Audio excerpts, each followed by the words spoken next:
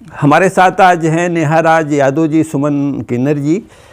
और आपको प्यार में मोहब्बत में धोखा मिला हुआ है, जिससे आपका दिल टूटा हुआ है और इस चीज़ को लेकर आप काफ़ी परेशान हैं।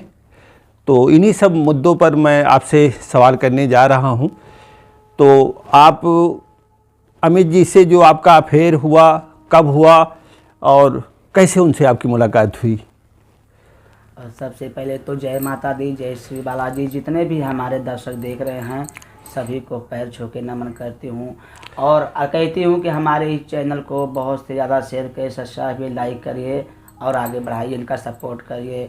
देखिए, अब आज के 8 या 9 साल पहले की बात है कि हम देखो, पहले हम एक ऑर्केस्ट्रा डांसर थे। जो सच्चाई रियल है कि मैं एक ऑर्केस्ट्रा डांसर थी, जो मैं शादी विवाह में प्रोग्राम करती थी और मैं रामलीला करती थी, नौटंकी में नाचती थी, ठीक है।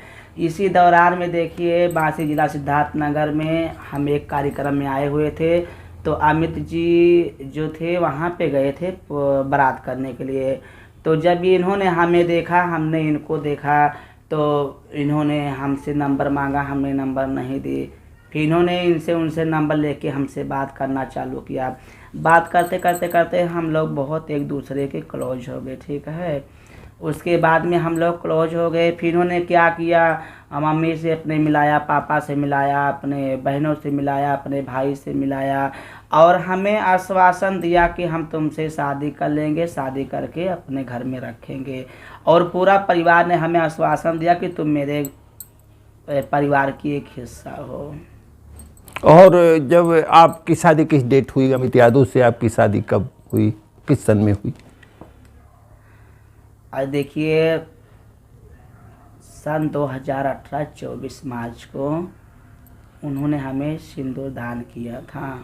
और पूरे परिवार के लोग राजी भी थे आपके साथ जब उनकी शादी हुई? उन्होंने हमारे साथ तो शादी का झांसा दिया। उन्होंने हमारे साथ झूठा रस्म निभाए, झूठा वादे निभाए, कोई शादी ब्याह दिल से नहीं किए। जो उन्होंने किया, एक झूठा फ्रॉड किया हमारे साथ और हमें झूठा आश्वासन दिए।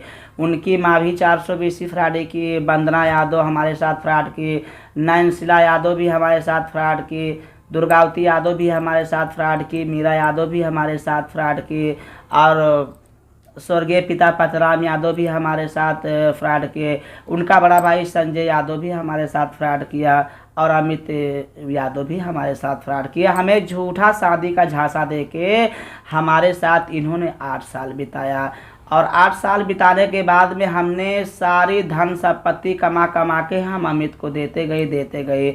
यहाँ तक कि पूरा दुनिया जानता है कि उनको क्या था। उनके घर पे उनका घर बना, उनका गेट लगा, उनका बाउंड्री लगी, उनके घर पे देख टूट ही मोटरसाइकिल थी, वो तो दुनिया जानता है।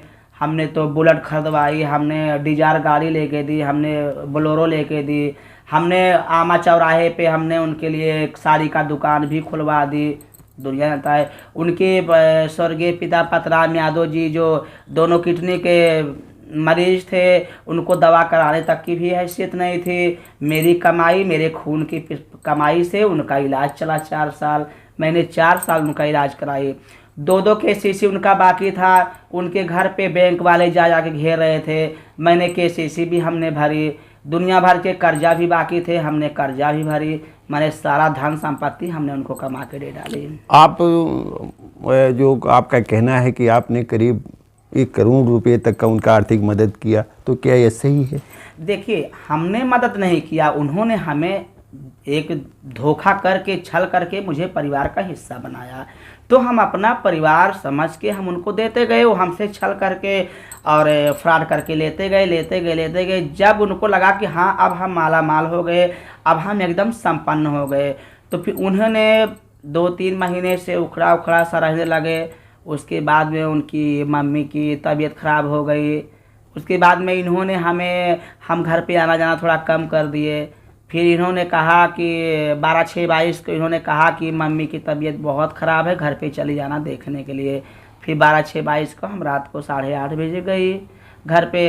तो जब हम घर पे गए तो घर की सारी लाइटें बंद थी। तो हमने बोला कि क्या ऐसी बात हो गई, कहीं मम्मी की तबीयत तो ज़्यादा नहीं ख़राब हो गई। जो मैं घर के अंदर गई तो इन्होंने मतलब पीछे से अमित जी ने हमारे मुंह को दबा लिया और अपने भाई संजय से कहा, संजय देख क्या रहे हो, इसे मार के ख़त्म कर डालो। फिर संजय ने तेज धार हथियार से हमारे सर पर वार किया, जो हमारे सर फट गए और हम बेहोश हो गए। हम ये लोग घर छोड़ के भाग गए, लेकिन भगवान हमारे उस ड्राइवर को बनाए रहे जो हमारी जान बचाए। उसके बाल बच्चे को दुआएं आशीर्वाद दूंगी, जो हमें झटपट गाड़ी में लाद के लेके जिला अस्पताल भागा।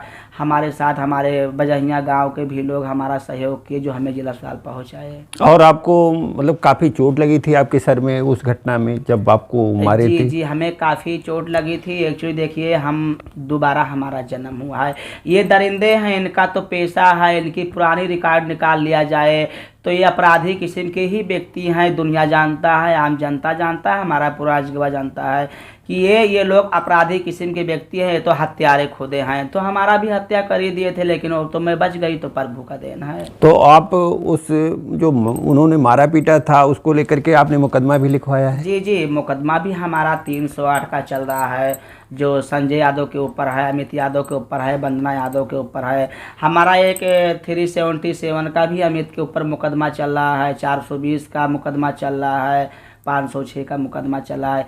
इतना होने के बावजूद भी, और एक चौकी पे कुछ बात हुआ था, तो एक पूजा उर्फ उर्मिला चौहान है, जो कठुआ भरतपुर की रहने वाली है, जो अमित यादव की रखेल है। ठीक है, ये अमित यादव की रखेल पूजा उर्फ चौहान कठुआ भरतपुर की निवासी है, और उसके साथ संजय यादव और अमित का भांजा जो संदीप उर्फ राज, ये लोग मिलके हमें मारे पीटे। उसके मामले में भी 506, 504, 323 का मुकदमा उच्च न्यायालय में हमारा चल रहा है। और मान लिया आपने उनसे शादी की अमित यादव से, तो और आप लोग के बीच में काफ़ी मुकदमे चल रहे हैं, तो ऐसा नहीं हो सकता कि आप लोग फिर समझौता हो जाए और आप उनके साथ रहें? देखिए, सबसे पहले तो हमें बताना चाह रहे हैं कि देखिए, एक बार तो हमारा ज़िंदगी वापस बचा है, और उस परिवार में हम दोबारा पैर कैसे रखेंगे, क्योंकि वो परिवार एक हत्यारा परिवार है। उस परिवार में हम दोबारा पैर नहीं रखेंगे, क्योंकि इन्होंने लोग 8-9 साल से हमारे साथ केवल शादी का झांसा दे के हमारे साथ गलत आपराधिक एवं संबंध बनाया, हमारे साथ गलत व्यवहार किया, और हमारा धन संपत्ति सब कुछ पूरा परिवार मिलके लूटे। तो इतना सब होने के बाद में मैं दोबारा उस परिवार में कैसे रह सकती हूँ? और आपके जो उनसे विवाद हुए पैसे के लेकर के हुए, या ऐसा तो नहीं हुआ कि आगे चल के मतलब बच्चे को पैदा करने में, जैसे होता है कि आप एक किन्नर समाज से हैं तो उससे आगे परिवार ना डेवलप हो? देखिए, मैं एक महिला ट्रांस हूँ, सबको पता है। हाँ। लेकिन हमारा कहने का मतलब है, अगर अमित जी को, या उनकी माँ वंदना को, या उनके स्वर्गीय पिता पतराम यादव, या उनकी जो बहनें बिरऊपुर में हैं नैन्सिला यादव को, जो साधना यादव भरतापुर की है, जो मटियारी कुदरहा ब्लॉक के अंतर्गत में मीरा यादव हैं, जो उनकी बड़ी दीदी दुर्गावती हैं, अगर इनको बच्चा चाहिए था, तो क्या मैं एक ट्रांस महिला हूँ, पूरे परिवार को पता था कि मैं बच्चा नहीं दे सकती हूँ।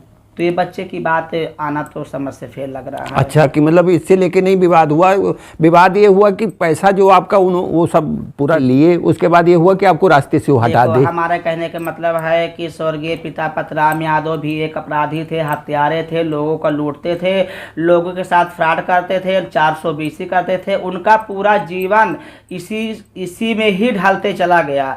तो देखो, बाप का ही खून बच्चों का होता है, तो कहीं ना कहीं बच्चे भी वही रास्ता पकड़ते हैं। तो अमित जी ने हमारे साथ धोखा किया, फ्रॉड किया, 420 किया, और हमारा धन संपत्ति लूटते गए। जब इनको लगा कि हमारा घर द्वार बन गया, हमारा गेट लग गया, दो हमारे पास चरपहिया हो गई, बुलेट हो गई, साड़ी की दुकान हो गई, मेरे पापा की इलाज हो गई, तो इन्होंने यही चाहा कि लाओ अब सुमन किन्नर, नेहरा यादव सुमन किन्नर की हत्या करके इसको रास्ते से हटा दें, और बाकी तो मेरा सब कुछ संपन्न ही हो गया है। तो अब आपकी वापसी की नहीं संभावना लग रही है अमित यादव के साथ? जी देखो, हमारा कहने का मतलब है, अगर अमित यादव जी हमारा वापसी भी करना चाहेंगे तो मैं उस परिवार में वापस नहीं जाऊंगी। जो मैं हूँ, मैं एक महिला ट्रांस हूँ, मैं मेरे जजमान हैं, मेरे जजमान के बच्चे हैं, बस। जय श्री बालाजी, जय माता दी, सभी को मेरा पैर छू के नमन है। मैं नेहा राज यादव सुमन किन्नर, ग्राम अमाटनेच, थाना गौर, जनपद बस्ती की निवासिनी हूँ।